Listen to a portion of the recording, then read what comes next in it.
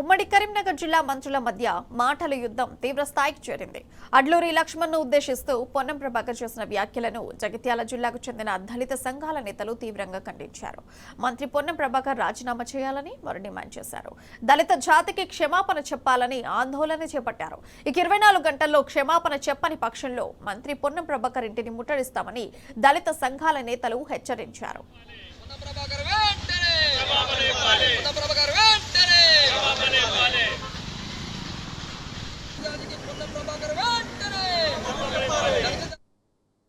స్థానిక ఎన్నికల సమావేశంలో మరి ధరంపూరి శాసనసభ్యులు ఎస్సీ ఎస్టీ మంత్రివర్యులు మరి లక్ష్మణ్ కుమార్ గారిని మరి పొన్నం ప్రభాకర్ మరియు రవాణా శాఖ మంత్రి అనుచిత వ్యాఖ్యలు అవహేళనగా మాట్లాడడాన్ని ఎంఆర్పిఎస్ పక్షాన ఖండిస్తున్నాం. మీకు మంత్రి పదవి కూడా వృధా అని కూడా ఈ సందర్భంగా తెలియజేస్తున్నాం.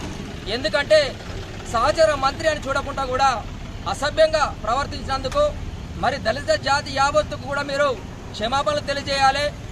అట్టి పక్షంలో తెలియజేయని ఎడల మరి మీ దిష్టి బొమ్మలు ప్రతి మండలంలో కూడా తగలబెడతామని, అదే కాకుండా మీ క్యాంప్ ఆఫీసును మీ ఇంటిని ముట్టడి చేయడం మరి ఎంఆర్పిఎస్ పక్షాన తీవ్రంగా ఖండిస్తూ మరి రానున్న రోజుల్లో ఇప్పుడు 24 గంటల్లో మీరు క్షమాపణ చెప్పకపోతే మా ప్రతాపం ఏంటో కూడా చూపిస్తామని, ఇప్పటికైనా మీ మూతికి వాతలు పెట్టుకోవాల్సినటువంటి అవసరం ఉందని మరి ఈ ప్రెస్ ద్వారా తెలియజేసుకుంటున్నాం.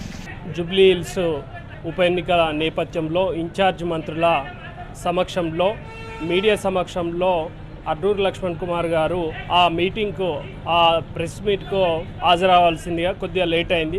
ఆ లేట్ అయిన దానికి సంక్షేమ శాఖ మంత్రులు అడ్లూరి లక్ష్మణ్ను ఉద్దేశించి దున్నపోత అని అనడం అనేది చాలా తీవ్రమైన చర్య. మేము దీన్ని ఖండిస్తున్నాం. యావత్ మాదిగ జాతిని అవమానించినట్టుగా సహచర మంత్రిని, ఆయన ప్రభుత్వంలో ఉన్నటువంటి సహచర మంత్రినే ఈ విధంగా చేస్తే సామాన్యుల పరిస్థితి ఏంటి అని మేము హేయమైన చర్యగా భావిస్తున్నాం. అయ్యా పొన్నం ప్రభాకర్ గారు, మీరు ఇప్పటికీ కూడా నిన్నటి నుంచి ఇప్పటి వరకు బేషరత్గా క్షమాపణలు చెప్పలేదు.